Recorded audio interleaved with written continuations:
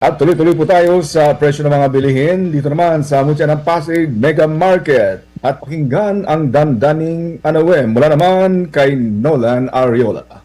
Maraming salamat mga kapanalig, Nanay Ging at Monsignor Pepe. Narito ang presyo ng mga pangunahing bilihin sa Mutya ng Pasig Mega Market sa pagtulungan ng Administration Office. Sa presyo ng local rice na tiling 32 pesos kada kilo, ang pinakamura bigas sa pamilyang ito hanggang 60 pesos kada kilo. Sa imported rice, 54 kada kilo.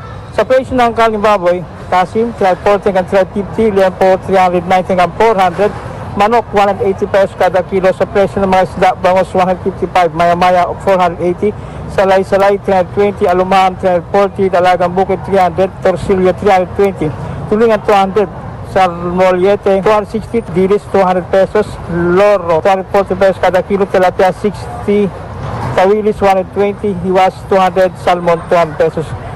Bumaba ng 20 hanggang 40 pesos ang ilan sa presyo ng mga gulay. Sibuyas sa pula 130 hanggang 140 pesos kada kilo, sibuyas sa puti 150 hanggang 160, bawang 150 hanggang 160, kalamansi 100 hanggang 120, luya 180 hanggang 200, patatas 120 hanggang 140, carrots 120 hanggang 140, bagyo beans 100 hanggang 120, peche bagyo 80 hanggang 100, sayote 60 hanggang 70, kalabasa 70 hanggang 80 pesos, sitaw 150 hanggang 120 pesos, ampalaya 170 hanggang 180, talong 70 hanggang 80 pesos, peche Tagalog 50 hanggang 60, siling pula 150 hanggang 160, repolyo 90 hanggang 100, broccoli 240 hanggang 250 pesos, kamatis 60 hanggang 70 pesos kada kilo. Samantala sa isang anunsyo noong unang araw ng Pebrero, kinumpirma ng dalawang oil company ang dalawang sunod na pagtaas ng 1 peso 50 centavos hanggang 1 peso and 55 centavos sa kada kilo ng binibentang LPG sa merkado.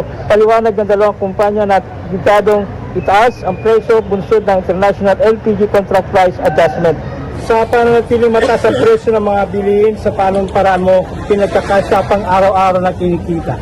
Paghahanap ng mas mababang presyo.